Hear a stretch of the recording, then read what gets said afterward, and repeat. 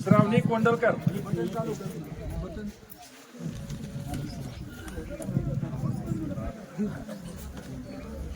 विद्यार्थी मित्रांनो, एक गुणी कवयित्री, तुमची आमची लाडकी बहीण ज्याला आपण म्हणतो की एका ग्रामीण भागातून, मगात मी बहिणाबाईचा वारसा सांगितलं, लक्षात घ्या. म्हणजे शहरामध्ये सगळं आहे, पण शहरामध्ये हे पाहायला मिळत नाही. जे मेरिट आपण म्हणतो, ज्या शाळेचं नाव आम्ही अभिमानाने घेतो की विद्यार्थी घडवणारी शाळा ज्याला आपण म्हणतो, एकदा श्रावणीसाठी जोरदार टाळ्या झाल्या पाहिजे.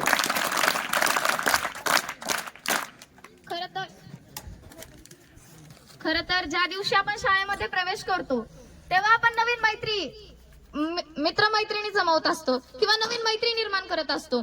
खर तर जेव्हा शाळेमध्ये प्रवेश करतो तेव्हा वेगळाच आनंद असतो. कधी कधी मैत्री होत असताना आधी भांडणही होतातच, भांडणं झाल्यानंतर पुन्हा अजून भांडणं होतात आणि शेवटी जेव्हा जाण्याची वेळ येते ना, तेव्हा कळतं की मैत्रीची काय किंमत असते, मैत्री म्हणजे काय असते. जेव्हा सोडून जायची वेळ येते ना, तेव्हा कळते मैत्रीण म्हणजे काय असते. याच विषंगाने आपल्या समोर कविता सादर करते. विद्येचे ओलांडून माप प्रवेश केला होता, विद्येचे ओलांडून माप प्रवेश केला होता. खरा प्रवेश करायचा होता तुमच्या मनात, पण आठवणीत आलं थोडं उशिराच. सोबत तुम्ही साऱ्या होता, असून नसल्यासारखा खोटा आभास होता. मैत्री पुन्हा निर्माण करावी म्हटलं, पण उशीर फार झाला होता.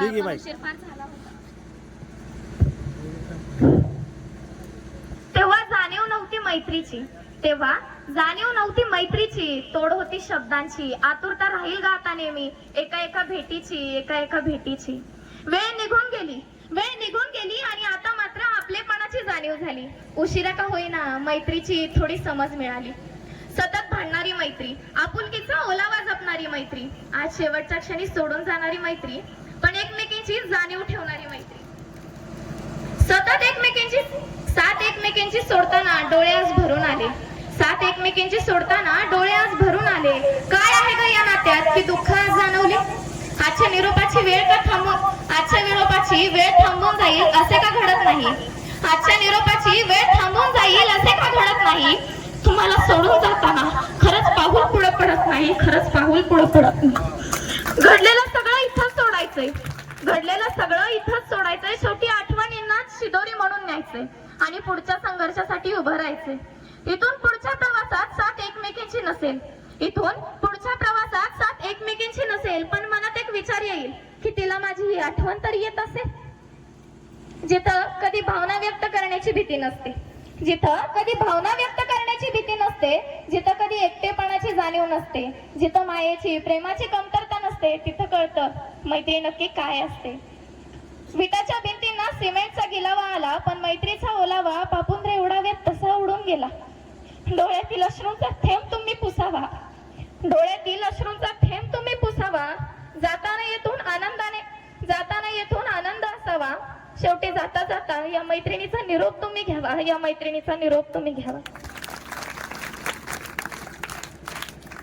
लक्षात घ्या, ते तुम्ही नशीबवान आहेत. आपण संख्येने किती हे महत्वच नाही, आपण गुणानं मोठे आहेत या ठिकाणी बसलेले. त्याच्यामुळं या सर्व कवी लोकांसाठी एकदम जोरदार टाळ्या झाल्या पाहिजेत. यानंतर बघा, मगाशी एक वाक्य बोललो मी की आपल्यालाच आपल्या माणसांची किंमत नसते. आपल्याच शाळेमध्ये, तुमच्याच शाळेमध्ये एक कवी सर आहेत. कवी सर म्हणजे ज्यांची महाराष्ट्रामध्ये पोहोच झालेले आहेत असे. बघा, आपले खंडागळे सर तुम्हाला माहित आहेत. बघा, खंडागळे सरांचं जे गाणं आहे, तुझ्या फिरतीचं सपान पडलं, बरोबर आहे. त्याच्यावर जर बोलायचं म्हटलं, लक्षात घ्या, 1 तासभर बोलू शकतो त्या कवितेवरती. आपण एकाच अंगानं पाहतो. लक्षात घ्या, फिरती म्हणजे प्रेम एवढंच वाटतं. पण प्रेम कुणाचं? आईचं, बहिणीचं, प्रेयसीचं, बापाचं, भावाचं, विद्यार्थ्याचं का शिक्षकाचं? प्रेमावर बोलायचं म्हणलं तर संध्याकाळ होईल. म्हणजे अँगल भरपूर आहेत. पण अशी माणसं देखील या ठिकाणी लक्षात घ्या, ज्या सर्जा चित्रपटातला आदर्श शिंदे यांनी गायलेलं गाणं, अशी माणसं देखील तुमच्या सहवासात आहेत. इथं बसणारे तुमचे प्रत्येक शिक्षक लक्षात घ्या, आम्हालाही अभिमान वाटतो. वडशिवण्याची शाळा म्हणजे लक्षात घ्या, आम्ही देखील आमची दुसरी शाळा म्हणतो. म्हणजे प्रेम व्यक्त करतो. कधी इथून जाता येता सहज नजर जाते आपली शाळा म्हणून या ठिकाणी. अशा अनेक गोष्टी आहेत. तर खंडागळे सरांसाठी एकदा जोरदार टाळ्या झाल्या पाहिजेत. यानंतर आपली दुसरी कवयित्री भगिनी कुमारी तेजस्वी होळीला विनंती करतो की तिने आपली कविता सादर करावी.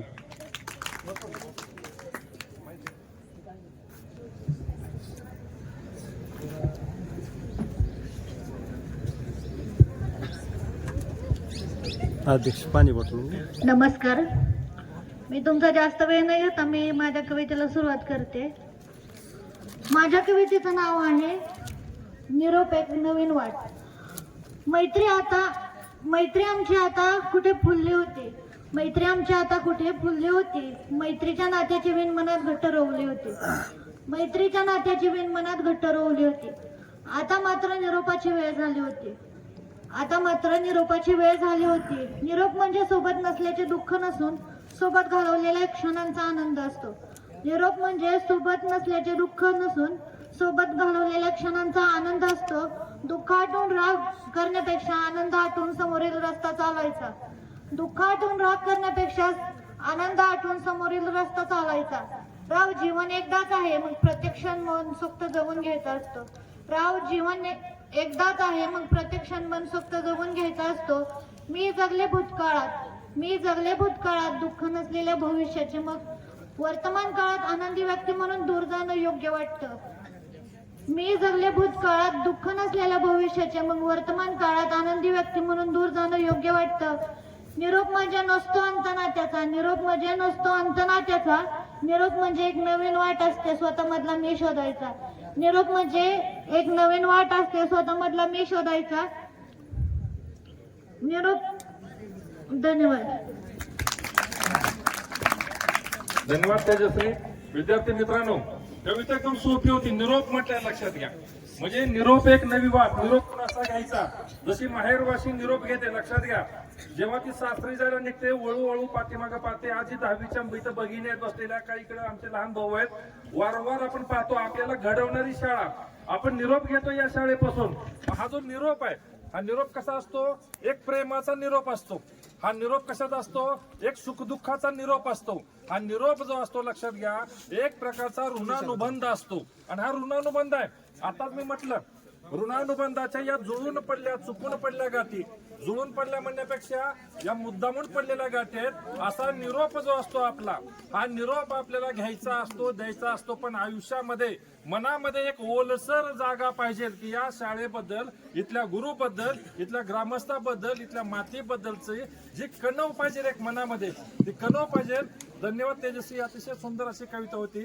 यानंतर पुढची कविता सोनलता यांना विनंती करतो की आपण आपली दुसरी कविता सादर करावी.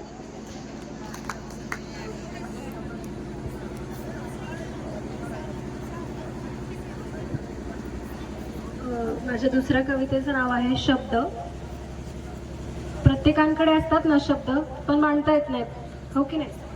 किती जण आपल्या मित्रांना मनातल्या गोष्टी सांगतात, शेअर करतात. किती जण करतात? काय वाटतं, काय काय वाटतं? Rise your hands. कोण कोण करतं? सगळेच करतात. वा, छान गोष्ट आहे. असंच व्यक्त होत राहा, स्वतःला मांडत राहा, हीच सदिच्छा. तर कवितेला सुरुवात करते.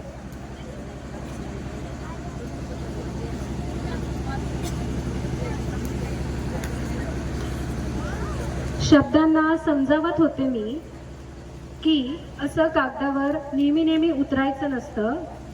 शब्दांना समजावत होते मी की असं कागदावर नेहमी नेहमी उतरायचं नसतं. मनातल्या गोष्टींना कधीही ओठांवर आणायचं नसतं. मनातल्या गोष्टींना कधीही ओठांवर आणायचं नसतं. माझ्या आठवणींनाही बजावलं होतं, माझ्या आठवणींनाही बजावलं होतं की असं वेळी अवेळी यायचं नसतं. माझ्या आठवणींनाही बजावलं होतं की असं वेळी अवेळी यायचं नसतं. पावसात चिंब भिजताना, पावसात चिंब भिजताना पापण्यांनी मात्र कधीच भिजायचं नसतं. पापण्यांनी मात्र कधीच भिजायचं नसतं. वादळाला घाबरून प्रयत्न कधी करणं थांबवायचं नसतं. वादळांना घाबरून कधी प्रयत्न करणं थांबवायचं नसतं. सूर्य होण्याचं स्वप्न पाहताना नेहमी सतर्क राहायचं असतं, नेहमी सतर्क राहायचं असतं. धन्यवाद.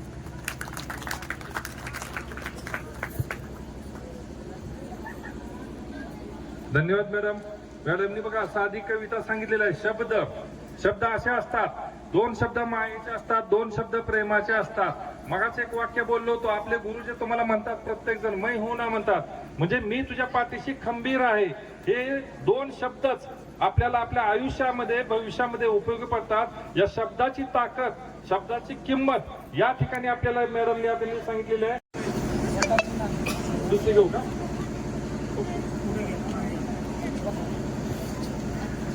यानंतर प्रज्ञा दीक्षित यांना विनंती करतो की आपली कविता या ठिकाणी सादर करावी.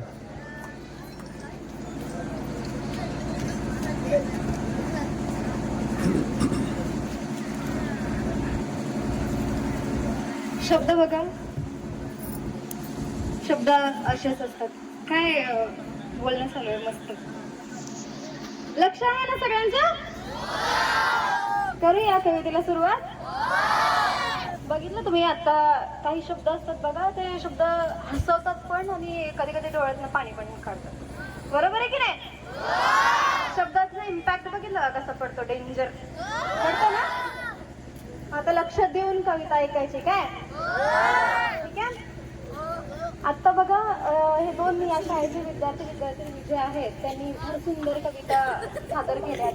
अक्षरशः त्यांना ते स्वतः रडले, इतरांना देखील त्यांनी रडवलंय त्यांच्या शब्दांनी. ठीक आहे. तर त्या कवितेवरून मला त्यांच्यासाठी एक कविता सादर करावीशी वाटते की ढग भरून येताना भी आठवणींचे तोरण जसे हृदयाच्या दाराला लागे. ढग भरून येताना भी आठवणींचे तोरण जसे हृदयाच्या दाराला लागे.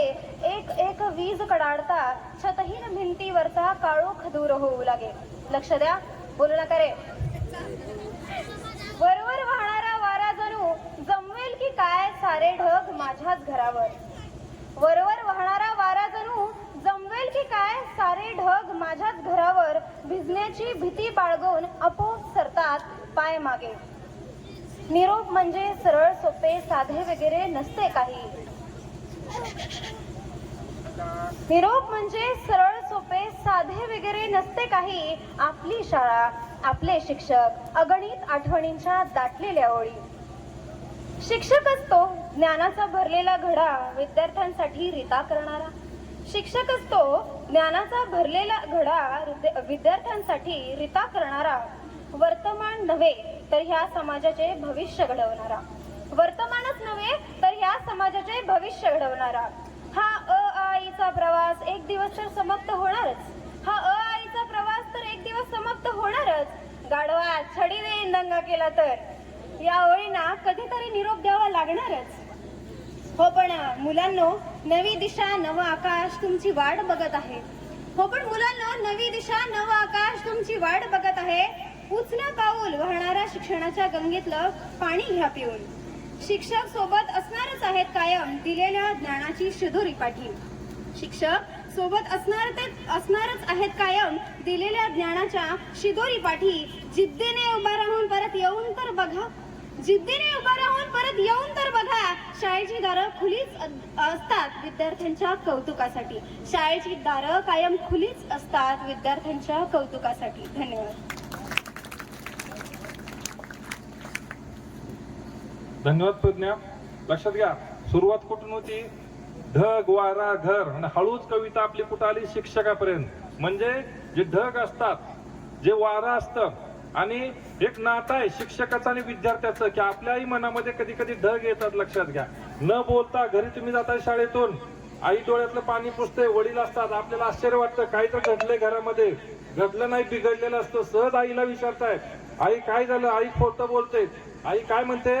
बाळा काय नाही, चुलीचा धूर आलाय, चूल घरामध्ये नसते. लक्षात घ्या, आता गॅस आलेला आहे पण आई सहज बोलते, बाळा वारा आलेला आहे. आईच्या डोळ्यात पापण्या पाणवलेल्या असतात, तेव्हा कळतं घरात काहीतरी बिघडलेलं आहे. पण मित्रांनो, कविता ही देखील शिकवते, तुम्ही आज 5वी 6वी 7वी 8वी 9वी 10वीला आहे, तुम्ही तितके जबाबदार आहेत. आपल्या आईला काय झालं? आईशी मैत्री करा, वडिलाशी मैत्री करा.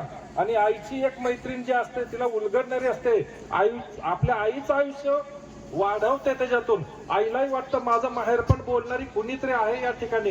त्याच्यामुळं अतिशय सुंदर अशी कविता. लक्षात घ्या, एक राऊंड पूर्ण झालेला आहे, दुसरा राऊंड आपल्याला पूर्ण घ्यायचा आहे. कारण कवी संमेलनाचा अध्यक्ष म्हणून माझ्याकडे जबाबदारी आलेली आहे. परंतु या ठिकाणी आल्यानंतर कळत नकळत लक्षात घ्या की डोळ्यामध्ये पाणी येतं. का? मगाच मी म्हटलं जेवढं प्रेम आमच्या उत्तरेश्वर कॉलेजवर आहे तेवढंच प्रेम माझं या शाळेवर देखील आहे. कारण आपली शाळा वाटते, पण या ठिकाणी आल्यानंतर लक्षात घ्या कैलासवासी मारुतीराव पारखे यांचा फोटो पाहिल्यावर म्हणजे डोळ्यात कळत नकळत पाणी आलं. कळत नकळत लक्षात घ्या. कारण काही गोष्टी असतात, जसा तुमचा ऋणानुबंध आहे तसा माझा देखील, मी केम मध्ये 13 वर्ष झालं राहतोय. लक्षात घ्या. म्हणजे या गावच्या प्रत्येकाशी किंवा या शाळेतल्या प्रत्येक शिक्षकाशी एक ऋणानुबंध असतो. म्हणून त्यांच्याबद्दल एक 4 ओळी मी माझ्या मनातल्या इथं व्यक्त करतो. शून्यामधून विश्व निर्मोनी. लक्षात घ्या, म्हणजे आदरणीय मारुतीराव पारखे साहेब जे आहेत, शून्यामधून विश्व निर्मोनी, कीर्ती सुगंध वृक्ष फुलवणी. कीर्ती सुगंध कशाचा? शाळेचा फुलवला. शून्यामधून विश्व निर्मोनी, कीर्ती सुगंध शाळेचा फुलवणी. लोभ माया प्रीती देवणी. जे काय प्रेम त्यांनी पाठीमागे ठेवलेलं आहे आपल्यासाठी. सत्य सचोटी मार्ग दाखवणी. आमच्या गुरुदेव कार्यकर्त्यांना, गुरुंना सर्वांना सत्य सचोटीचा मार्ग दाखवणी. अमर झाला तुम्ही जीवनी, अमर झाला तुम्ही जीवनी. आणि यानंतर मी दुसरा राऊंड घेतो. या ठिकाणी सोमनाथ टकले यांना विनंती करतो की आपण आपली दुसरी कविता या ठिकाणी घ्यावी. कवितेचं नाव आहे कर्मभोग. ओल्या हळदी अंगानं हाती कोयता घेतला, नव्या संसाराच्या द्वारी फड उसाचा भेटला. ओल्या हळदी अंगानं हाती कोयता घेतला, नव्या संसाराच्या द्वारी फड उसाचा भेटला. बाळा पाजता पाजता माये फडात कोंडली, साखरेच्या बांधावर कडू आसव सांडली. बाळा पाजता पाजता माय फडात कोंडली, साखरेच्या बांधावर कडू आसव सांडली. झोका बांधून झाडाला केला पदराचा दोर, काट्या कुट्याच्या रानात खेळे माती संग पोर. झोका बांधून झाडाला केला पदराचा दोर, काट्या कुट्याच्या रानात खेळे माती संग पोर. अरे साखरेच्या राजा जरा येऊ दे करुणा, तुझ्या श्रीमंत राज्यात माझा उपाशीच ताना. ज्ञानियाच्या पंडितांनो काय शिकू मी पोरा, कर्मभोगाचं जगणं नव नशिबाचा फेरा, नव नशिबाचा फेरा. धन्यवाद. धन्यवाद सोमा. लक्षात घ्या, कविता मगात मी म्हटलं कविता दुःख व्यक्त करते, कविता भावना व्यक्त करते. एका माऊलीच्या ज्या भावना आहेत की ज्याला आपण म्हणतो, कवितेचं नाव होतं कर्मभोग. ऊस कोयता. लक्षात घ्या, आपल्या इथं ऊसतोड कामगार येतात. अनेक मुलं आम्ही पाहतोय ज्यांच्या पायासाठी चप्पल देखील नसते. जे भोग असतात, लक्षात घ्या, कर्मभोग ज्याला आपण म्हणतो. ऊसतोड कामगार असतील, वीटभट्टीवर काम करणारे मजूर असतील, किंवा मी तर म्हणेन इथं बसणाऱ्यापैकी अर्ध्यांचे आई वडील शेतात मजुरीला कामाने जातात. म्हणजे जे कर्मभोग आहेत, ज्या आईची ज्या वडिलाची अपेक्षा आहे ती या ठिकाणी व्यक्त झालेली आहे. त्याच्यामुळे या कवितेसाठी एकदा जोरदार टाळ्या झाल्या पाहिजेत. यानंतर कोणी सांगितल्या याच्याबद्दल एकदा जोरदार टाळ्या झाल्या पाहिजेत. सिद्धार्थ काकडे. लक्षात घ्या, ही माती कशी आहे बघा, वडशिवण्यातली अजितदादा पवार हायस्कूल मधली माती. की नवनवीन कवी तयार करणारी श्रावणी कोंडलकर नाव ऐकून होतो आम्ही 3, 4, 5 वर्ष झालं. आता सिद्धार्थ काकडे या नावानं अजून एक नवीन कवी आपल्या समोर आलेला आहे. याचा जोरदार टाळ्या वाजवून स्वागत करायचं आहे.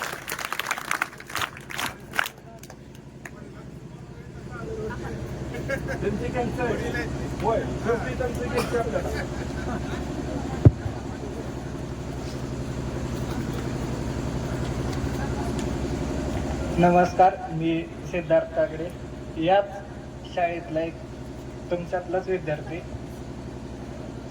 आज इथे कविता बोलायला उभा राहिला. मी शाळेत 3दा भाषण केले. एकदा खंडाळे सरांच्या भीतीपोटी आणि दुसऱ्यांदा इथेच महापरिनिर्वाण दिनानिमित्त, आणि आता तिसऱ्यांदा शेवटचं.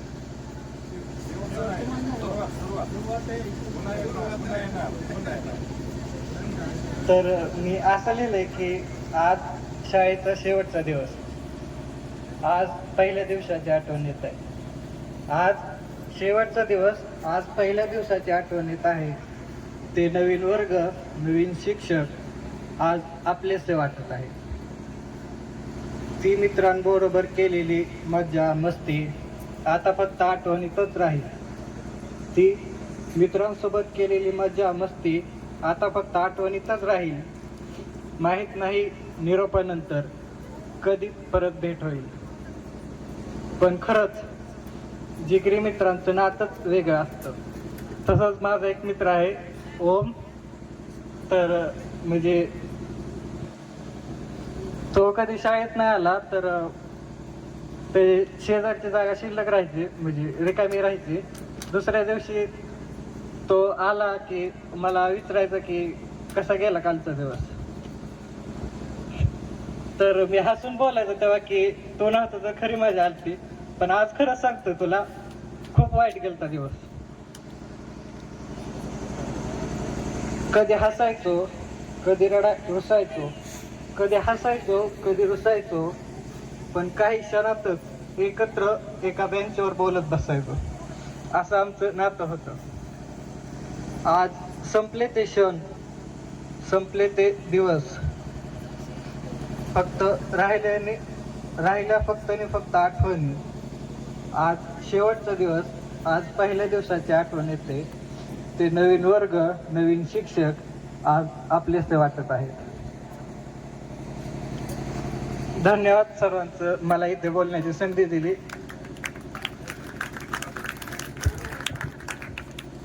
विद्यार्थी मित्रांनो, टाळ्या वाजवतात जोरदार. इकडे बघा, आपला एक विद्यार्थी मित्र 10वीचाच सिद्धार्थ, अतिशय सुंदर कविता. शाळेचा शेवटचा दिवस, पण हा शेवटचा दिवस नसतो. लक्षात घ्या, कुठल्याही गोष्टीला शेवट नसतो. पुन्हा म्हणलं पाहिजे, मी पुन्हा येईल. जेव्हा जेव्हा आम्ही, लक्षात घ्या, कुठंही गेलो की आपण एक आयुष्यामध्ये एक खूणगाठ बांधली पाहिजे. एखादं देवाचं मंदिर असू द्या, एखाद्याच्या घरी पाहुणं म्हणून जा तुम्ही, एखाद्या शाळेला भेट द्या, तो ऋणानुबंध असा पाहिजे की मी पुन्हा येईन आणि पुन्हा आलंच पाहिजे. लक्षात घ्या, आयुष्यातल्या काही गोष्टी असतात, काही थकबाकी असते, ती थकबाकी आपल्याला पूर्ण करावायची असते. त्याच्यामुळं त्याच्या कवितेमध्ये मी शेवट असा केला की पुन्हा येईन म्हणून. तर ही शाळा म्हणजे केवळ शाळा नव्हे, आपलं पवित्र असं घर आहे. तर आभार होणार आहे त्याच्या अगोदर सगळ्या मुलांना सूचना आहे. पहा, 10वीच्या मुलीसहित सर्व मुली हॉलमध्ये जेवायला जातील. हात धुवून हा कार्यक्रम संपल्यावर आभाराचा. आणि मुलं समोर डाव्या बाजूला हात धुवून बसायचे. आणि 10वीची मुलं उजव्या बाजूच्या वरांड्यामध्ये जेवायला जातील. आणि पालक आणि मुली सर्व हॉलमध्ये जातील. सूचना संपली. विद्यार्थी मित्रांनो, एक कवी संमेलनाचा अध्यक्ष म्हणून एक पर्सनल आभार मानायचं माझं काम आहे, पर्सनली. कारण आमच्याच केमगावचे, लक्षात घ्या, आमचं म्हणजे माझंच केमगाव म्हणतोय, माझंच वर्षवणे आदरणीय गोरसेवक परमेश्वर तळेकर यांचा YouTube चॅनल आहे. एक लक्षात घ्या, या YouTube चॅनलवर सर्व व्हिडिओ आपले सेव्ह राहतात कायमस्वरूपी. तुम्ही 10 वर्षांनी जर या चॅनलवर गेलं तर तारीख टाकली आजची, आजचा व्हिडिओ बघितला, पूर्ण तुम्हाला व्हिडिओ तुम्ही दिसाल. जेव्हा तुम्ही कधी म्हातारे होताल तेव्हा बघताल मी तरुणपणी कसं दिसत होतो कॉलेजमध्ये असताना, शाळेत असताना.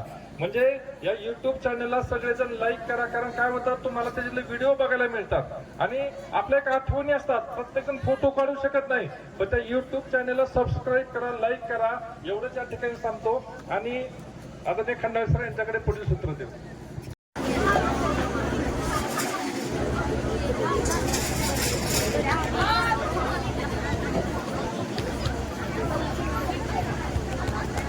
अजितदादा पवार विद्यालय वडशिवणे सन 25-26 निरोप समारंभाच्या या कार्यक्रमानिमित्त जे काव्य मैफिल आयोजित केली होती, त्यामध्ये एक पालक म्हणून मलाही थोडं व्यक्त व्हावं असं वाटलं. माझ्या या कवितेची सुरुवात करत असताना प्रथमतः या शाळेचे संस्थापक माननीय स्वर्गीय मारुती तात्या पारखे यांच्या स्मृतीस अभिवादन करतो आणि माझ्या कवितेला सुरुवात करतो. आम्ही पालक आज अभिमानाने उभे आहोत या पवित्र प्रांगणात. आम्ही पालक आज अभिमानाने उभे आहोत या पवित्र प्रांगणात, आमच्या लेकरांना घडवणाऱ्या अजितदादा पवार विद्यालयाच्या ऋणात. वडशिवणे शाळेच्या मातीत रुजले आमचे स्वप्नांचे रुपटे. वडशिवणे शाळेच्या मातीत रुजले आमचे स्वप्नांचे रुपटे. तुमच्या मार्गदर्शनानेच झाले आज ते बळकट, उंच आणि समृद्धतेकडे झेप घेत. गुरुजनांनो, तुमचे शब्द आमच्या लेकरांसाठी दीपस्तंभ झाले.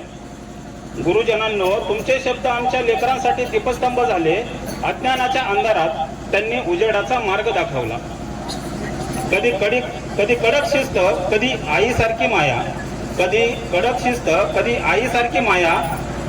तुमच्या मायेनंच आमच्या मुलांच्या मनात संस्काराची पालवी फुललीच आहे. आज आमची मुले 10वी पूर्ण करून नवीन वाटेवर निघत आहेत. आज आमची मुले 10वी पूर्ण करून नवीन वाटेवर निघत आहेत. डोळ्यात स्वप्नांचे आकाश, हृदयात आत्मविश्वासाचे गीत आहे. डोळ्यात स्वप्नांचे आकाश, हृदयात आत्मविश्वासाचे गीत आहे. या शाळेने दिले ज्ञान, संस्कार आणि जीवनाचे धडे. या शाळेने दिले ज्ञान, संस्कार आणि जीवनाचे धडे. त्यामुळेच उद्या हेच विद्यार्थी समाजाचे आधारस्तंभ बनतील खरे. आम्ही पालक कृतज्ञ आहोत शिक्षकांनो तुमच्या त्यागाबद्दल. आम्ही पालक कृतज्ञ आहोत शिक्षकांनो तुमच्या त्यागाबद्दल. आमच्या लेकरांच्या उज्ज्वल भविष्यासाठी दिलेल्या प्रत्येक शिकवणीबद्दल. शाळेच्या प्रत्येक भिंतीत आमच्या मुलांचे हसरे बालपण दडले आहे. शाळेच्या प्रत्येक भिंतीत आमच्या मुलांचे हसरे बालपण दडले आहे. या आठवणी आमच्यासाठी आयुष्यभर जपण्यासारख्या अनमोल ठेवा आहेत. आज निरोप देताना डोळ्यात आनंदाचे अश्रू आहेत. आज निरोप देताना डोळ्यात आनंदाचे अश्रू आहेत. हृदयात कृतज्ञतेचा भाव आणि भविष्याबद्दल आशेचे स्वप्न आहे. अजितदादा पवार विद्यालय व शिक्षक आणि शिक्षकेतर कर्मचारी तुमचे ऋण कधीच विसरणार नाही. आमची मुले जिथे जाऊन यश मिळवतील तिथे तुमचे नाव उजळवतील हे वचन आम्ही देतो आज इथे सर्वांच्या साक्षीने. आमची मुले जिथे जाऊन यश मिळवतील तिथे तुमचे नाव उजळवतील हे वचन आम्ही देतो आज इथे सर्वांच्या साक्षीने. धन्यवाद.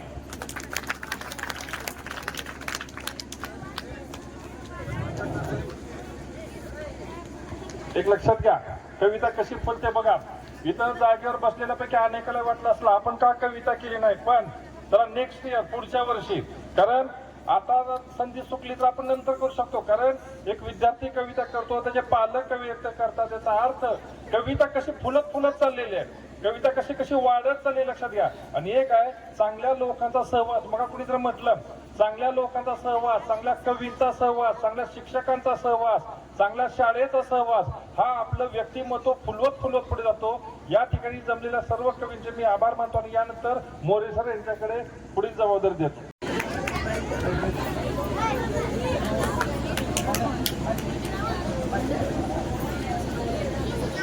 ठिकाणी सादर करावी. आणि हा शेवटचा राऊंड आहे, लक्षात घ्या, शेवटची कविता आहे या ठिकाणी. धन्यवाद सर, तुम्ही शेवटच्या राऊंड मध्ये शेवट माझ्याकडे दिला. पाठीमागं बसलेलं आहे काय आपण? हो महाराज, जरा लक्ष द्या, लक्ष द्या. हा, कारण तुम्ही जरा दूरच आहेत. हे पहा, जीवन जगत असताना दोघांना आयुष्यात कधी विसरू नका. नीट लक्षात ठेवा. जर ताट बसा, कारण भाषणाला आम्ही नाही परत. एक, ज्या शेतकऱ्यानं धान्य पिकवलं, उन्हातानात राबून, जेवण त्यांच्यामुळे, लक्षात ठेवा. म्हणून जेवणाच्या अगोदर त्या शेतकऱ्याला कधी विसरू नका. आणि ज्याच्यामुळं आपण सुखानं झोप घेतो, जे सैनिक सीमेवरती रात्रंदिवस पहारा करतात, त्या सैनिकाला कधी आयुष्यात विसरू नका. या ठिकाणी मी माझी कविता, पहिली कविता होती बाप गेला कुठं दुष्काळामुळं, पण परत आल्यानंतर त्या बापाचा मुलगा काय म्हणतोय मी लक्षात ठेव. तो बाप परत आलाय, पाऊस पडलाय, पण पाऊस पडल्यानंतर त्या मुलानं शेती केली आणि शेती केल्यानंतर तो ठामपणे म्हणतो. त्याच्या अगोदर 2 वळी घेतो नांगरे सर मी अभंगाच्या. एक वेळ करी या दुःखा वेगळे, एक वेळ करी या दुःखा वेगळे, दुरितांत जाळे उगवणी, दुरितांत जाळे उगवणी, आठवीन पाय हा माझा नवस रात्री दिवस पांडुरंगा रात्री दिवस पांडुरंगा रात्री दिवस पांडुरंगा आठवीन पाय हा माझा नवस. तो शेतकऱ्याचा परत आलेला मुलगा म्हणतो, देवा किती जरी मला संकट आलं तरी मी तुला सोडणार नाही, पण शेती करताना काय शब्द आहेत ते नीट ऐका. शेतकऱ्याचा मी पोर, शेतकऱ्याचा मी पोर नसे मजला घोर. बघा त्याच बापाचा मुलगा काय म्हणतो, शेतकऱ्याचा मी पोर नसे मजला घोर माती संगे झुंज आमची आंघोळ रोज घामाची आंघोळ रोज घामाची. नाय पसरत हात नाय पसरत हात शेतकरी आमची जात मिरची भाकर न्याहारीच फाटक तुटक अंगाच शेतकऱ्याची मी पोर नसे मजला घोर. अरे शेतकरी असा पाहिजे, नाही कोणा पुढे हात पसरण, आणि शेतकऱ्याला हात पसरायची गरजच काय. अरे जो सोनं पिकवतो त्याला सोनं घ्यायची परत गरज आहे का. पण शेतकऱ्याला शेतकऱ्याची किंमत कळत नाही. पुढे ऐका तो मुलगा पुढे काय म्हणतो, नाही फोडला आंबरडा हे भाव कमी असतो जास्त असतो पाऊस पडो ना तर दुष्काळ शेती झालो. नाही फोडला आंबरडा दैन्य आमच्या दारात रोजच आमची वरात तरी समाधान आमच्या घरात तरी समाधान आमच्या घरात. किती बी काय असू द्या शेतकऱ्यासारखं समाधानीच नाही. 1,00,000 रुपये त्याला पगार आहे, 1,00,000 रुपये मॅडमला पगार आहे, तरी ब्युटी पार्लरचं दुकान शोधायचं आणि दुसरं दुकान टाकायचं. अरे काय जगता काय तुम्ही. त्याच्यापेक्षा आमचा शेतकरी बरा का, कारण आहे त्याच समाधान मानणारे. अरे हेच शिकायचं आपल्याला आहे. म्हणून मी अभंग म्हणला, देवा तुझा तुम्हाला मी विसरणार नाही का, कारण देवाला विसरून जगचाल एक सेकंद सुद्धा नाही ते पुढचं बोलणार मी. पुढं शेतकऱ्याचा मी पोर नसे मजला घोर पिकवून शेतात मोती घास देतो जगाला. बघा घरासाठी काय, घराला किती लागतं, 10 लिटर दूध आहे, घरात अर्धा लिटर. बघा दुपारी गेलं तर त्याच्या घरी दूध नसतंय का, जगाचा पोशिंदा. पुढं तुटकी माझी झोपडी काय 7 मजली नाहीये, फाटका आमचं नशीब असू द्या मोठ्या मनाचा शेतकरी कोपे काढत तयावरी. अरे शेतकऱ्याचा कोण वैरी नाही. अरे पाऊस आजच्या 20 वर्षात पडला नव्हता तेवढा पाऊस गेल्या वेळेस पडला तरी शेतकऱ्याच्या घरी जाऊन बघा ताट मान्यानं उभा आहे का नाही. कोपे काढत तयावरी बायका पोरं घरी. समजा शेतकऱ्यावर कधी कधी वेळ येते आणि जातो देवा घरी. कधी कधी ते बोलू नये, शेतकरी आत्महत्या करतात तेही घेतले याच्यामध्ये. 4 दिवसाचं वारं सारं होतं गार नाही करत आमचा कुणी गोर नाही करत आमचा कुणी गोर. शेतकऱ्याचा मी पोर नसे मजला घोर शेतकऱ्याचा मी पोर नसे मजला घोर. धन्यवाद धन्यवाद धन्यवाद. रामकृष्ण हरी. धन्यवाद गुरु. बघा जाधव सरांची कविता ऐकल्यावर आपल्याला एकतर वर्गात बसल्याचं फील येतं. मलाही वाटतं कधी कधी मला शिकवायला नव्हते जाधव सर, तुम्हाला असतील शिकवायला. म्हणजे सर कसं ताला सुरात कविता म्हणतात आणि खरंच आहे विद्यार्थी मित्रांनो, कविता ही ताला सुरातच म्हटली पाहिजे. कारण कसं असतं लक्षात घ्या, जेव्हा तुम्ही दूध खाताय दुधावरती पुन्हा तूप पडलं साखर पडलं दुग्ध शर्करा योग ज्याला आपण म्हणतो, तसं कविता सादरीकरण करणं हे कवितेचं एक वैशिष्ट्य आहे. त्याच्यामुळं जाधव सरनी लक्षात घ्या शेतकरी माझी जात आहे सांगितलेलं आहे. आम्ही वर्गामध्ये तेच सांगतोय आपली जात एकच आहे, माणूस नावाची माणूस की आपला धर्म आहे. सरांनी सांगितलं माझी जात आहे शेतकरी आणि सर 100% खरं आहे. आज आम्ही वृद्धाश्रम पाहतो पंढरपूरला. लक्षात घ्या पंढरपूरला वृद्धाश्रम आहे. कशाला, आपल्या रोपळे बारलोणी रस्त्यावर एक वृद्धाश्रमचा बोर्ड दिसला की काळी सर करतं. आपल्याही भागात वृद्धाश्रम झाला इकडं कुठं रोपळे तो कुर्डवाडीला जाताना डाव्या बाजूला म्हणजे परंड्याच्या बाजूला एक दिसतो आम्हाला त्या ठिकाणी. असे वृद्धाश्रम दिसल्यावर वाईट वाटतं. विद्यार्थी मित्रांनो या वृद्धाश्रमात शेतकरी एकही नसतो. शेतकऱ्याचे आई वडील एकही नसतात. जे मग सर म्हटलं 1-1 लाख रुपये पगार घेणारे जे माणसं आहेत, त्यांचे आई वडील, परदेशात गेलेल्यांचे आई वडील तुम्हाला त्या वृद्धाश्रमामध्ये बघायला मिळतील त्या ठिकाणी. त्याच्यामुळं सरांच्या आदर्श शेतकरी आणि बाप याच्यासाठी या कवितेसाठी एकदा जोरदार टाळ्या झाल्या पाहिजेत. या कार्यक्रमाचा समारोप करताना लक्षात घ्या, समारोप तर कधी होऊच नाही, पण कुठेतरी थांबलं पाहिजे मित्रांनो, कारण वेळेचं बंधन असतं. तुमचा पुढचाही कार्यक्रम आहे या ठिकाणी. त्याच्यामुळं या शाळेचे आयोजकाचे सर्व गुरुदेवांचे आमच्या या ठिकाणी आभार मानावे तितके कमी आहे. तसं जर पाहिजे तर मी आभार मानत नाही, कारण आयुष्यभर ऋणानुबंध राहिले पाहिजे. आभार मानणं म्हणजे काय संपलं असं माझं वैयक्तिक मत आहे. हे ऋणानुबंध राहिले पाहिजे. कुठंही भेटलो तरी वाटलं पाहिजे चला आपली शाळा आहे म्हणून. त्याच्यामुळं अतिशय चांगल्या चांगल्या दर्जेदार कविता झाल्या. फक्त जाता जाता सुरेश भटाच्या एकच काव्य पंक्ती म्हणतो, कारण मी माझ्या विद्यार्थ्यांना 12वीच्या निबंधामध्ये लिहायला लावत असतो. निबंध कुठलाही येऊ द्या, कुठलाही येऊ द्या. आपण ग्रामीण भागातले विद्यार्थी आहेत. शेवटी जाता जाता एवढेच मला म्हणावेसे वाटते, असं लिहायचं म्हटलं. आणि सुरेश भटाच्या ओळीला म्हटलं त्या ठिकाणी, उशक काल होता होता काळ रात्र झाली, उशक काल होता होता काळ रात्र झाली, अरे पुन्हा आयुष्याच्या पेटवा मशाली. विद्यार्थी मित्रांनो, आपल्याला मशाल पेटवायची, कुठली जागृतेची जाणीव, अंधश्रद्धेपासून दूर यायचंय, क्रांतीची मशाल पेटवायची. या सुरेश भटाच्या ओळी म्हणजे आपल्याच ओळी आहेत, लक्षात घ्या. आणि निबंधामध्ये का लिहा म्हणतो मी, मध्ये लिहा, शेवटी लिहा, सुरुवातीला लिहा. पेपर तपासण्याला एक वेगळा दृष्टिकोन होतो थोडासा. म्हणजे हे कवी संमेलन कशासाठी उपयोगाचं आहे, एखादा निबंध आहे, एखादा तुम्हाला परिच्छेद लिहायचा आहे, त्याच्यामध्ये या कवितेतल्या 2 ओळी लिहा. कवीचं नाव नाही आठवलं तरी हरकत नाही. आपलं जशी रांगोळी असते पांढरी, पांढऱ्या रांगोळीमध्ये जसे रंग भरले जातात, वेगवेगळे रांगोळी सुबक दिसते, तसं आजचं आपलं कवी संमेलन झालेलं आहे. सगळे विषय झाले, आई झालं, बाप झालं, शेतकरी झालं, प्रेयसी झाली, विद्यार्थी मित्र. आपला छोटा मित्र काकडे, लक्षात घ्या, त्यानं विद्यार्थी मित्रावर कविता केली. म्हणजे एकापेक्षा एक दर्जेदार असं लक्षात राहण्यासारखं हे कवी संमेलन झालेलं आहे. लवकरच सर याच्यावरती 2-4 दिवसात मी लेख लिहितोय सर. प्रत्येक कवीने काय काय मानल्याने आयोजकाचे आभार मानावे तितके कमी आहेत. त्याच्यामुळं या ठिकाणी आमचे मित्र पत्रकार काकडे साहेब या ठिकाणी हजर राहिले. खरं म्हणजे सर इतकं भारी वाटलं की ग्रामस्थ किती जागरूक आहेत. म्हणजे त्याच्यामुळं त्यांना मी या ठिकाणी बोलण्याची विनंती करतो. काकडे सर.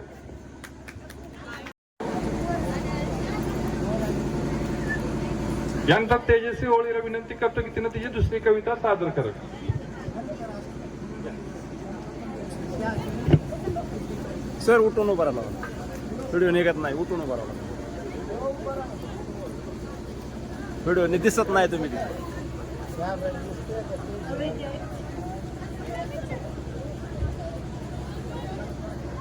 माझ्या कवितेचं नाव आहे कविमन.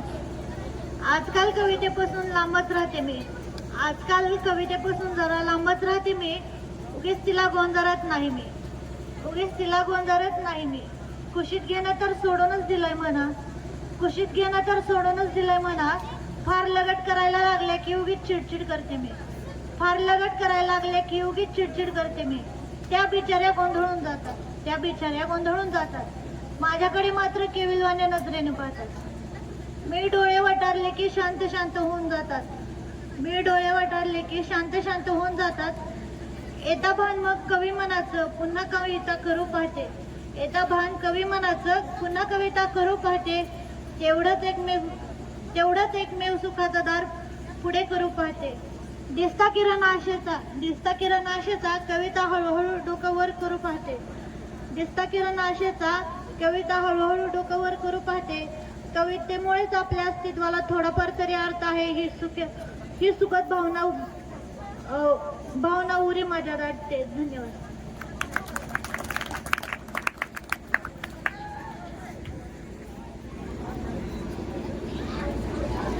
बघा शब्दाची मांडणी कशी असते. म्हणजे कवी मगाचे बोललो मी, फुलवत फुलवत कविता आणतो. शब्द आणि कवीच्या भावना याचा जर मेळ लागला तर कविता तयार होते. कारण मगाशीच म्हटलं मी, बहिणाबाई चौधरीच्या शाळेत कधीच गेले नाहीत. सहज म्हणतात, सहज.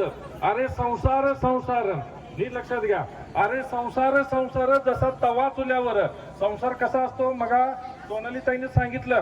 त्यांचे मिस्टर म्हणलेले की कविता करताय पण आधी भाजीचं बघा म्हटलेलं, लक्षात घ्या.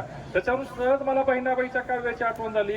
अरे संसार संसार जसा तवा चुल्यावर, आधी हाताला चटके मग मिळते भाकर.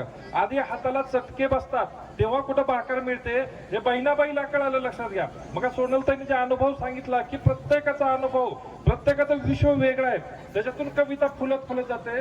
यानंतर आदरणीय जाधव साहेब